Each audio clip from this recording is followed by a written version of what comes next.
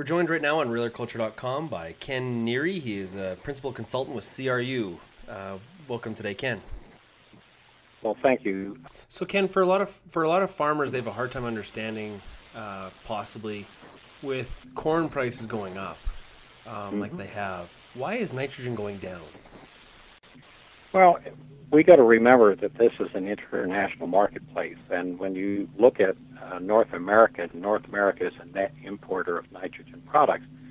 So it's really related to what is happening in the international marketplace. And right now, the international supply and demand in the international marketplace was relatively weak. Now, very recently, you've had some issues in North Africa and the Middle East, and because of those issues, the market appears to be tightening up a bit. So what you've seen is prices have come down, and then they started going up again. That's in nitrogen.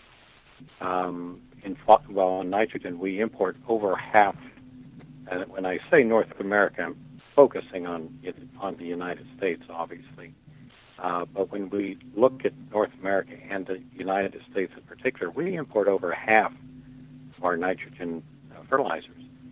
In phosphate, we really don't import very much at all. In potash, if you include Canada as North America, of course, we have a surplus of potash. But indeed, if you look just as the United States, we import 80% of our potash. So that's the first issue. Is it's an international market. Now, sort of also important here is that pipeline that we once knew that where you could buy product from your local distributor who bought it from a domestic producer, that pipeline is no longer what it was. It's now extended.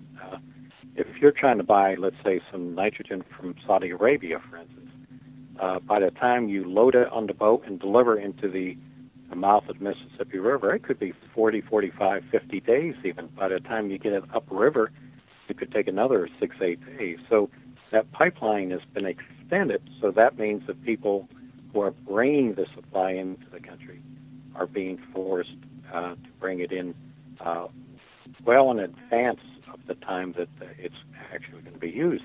They're also forced to store more along the river and along terminals along the import route. So all these things have combined to make more risk, price risk and timing risk for the supplier, and therefore when he has that opportunity, he's going to pass on that risk down to the distributor, who's then going to pass it down to the retailer, and who will, of course, try and pass it down to the farmer. So, Ken, if I guess if you had to look into your crystal ball, where do you see nitrogen prices going from this point forward this year?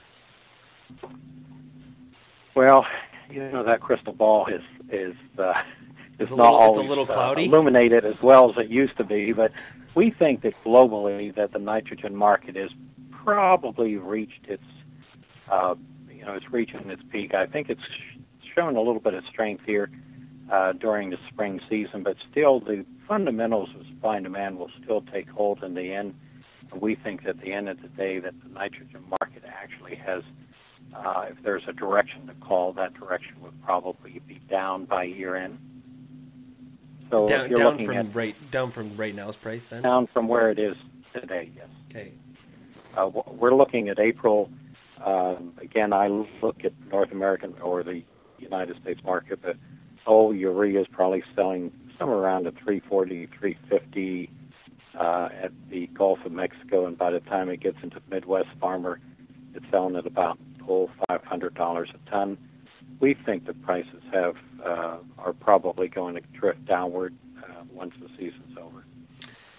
Are you concerned about will I guess rising oil prices and fuel prices have any effect on the price outlook? Well, the producer buys in general ammonia is based on natural gas. So natural gas prices have not been running in sync with the oil prices. Certainly not North America, but there is certainly always a concern of your production costs if you're using natural gas to make ammonia, and then your urea and UAN. Certainly, costs are going to be going up long as energy costs go up. But again, you have to separate the market from the costs. The market is supply and demand. So certainly the price or cost production might make some folks decide not to supply product into the market. But at the moment, there doesn't seem to be an issue with cost on the nitrogen side. So based on what you're saying, it sounds like for the 2012 season, the buying opportunities on nitrogen could be at harvest time or maybe even later. I would say so. I would think that if you wait to harvest, I think that you probably will find that the prices will be lower than they are today. Okay, Ken. Now, we say all these things, and obviously we have to preface this with the price of the crop. Right now, if you see crop prices continue to escalate, that's going to require more acres to be planted next year, and if more acres are planted next year, obviously that's going to drive up the demand for all fertilizer products, including nitrogen, and there is obviously an opportunity here for folks, and I'm not just talking the United States, but worldwide, plant more acres. As they plant more acres, use more nitrogen, that can tighten up the market still more. I don't personally see that happening, but it certainly is out there. Okay, Ken, well, thank you very much, and we'll talk to you again soon. All right, bye-bye.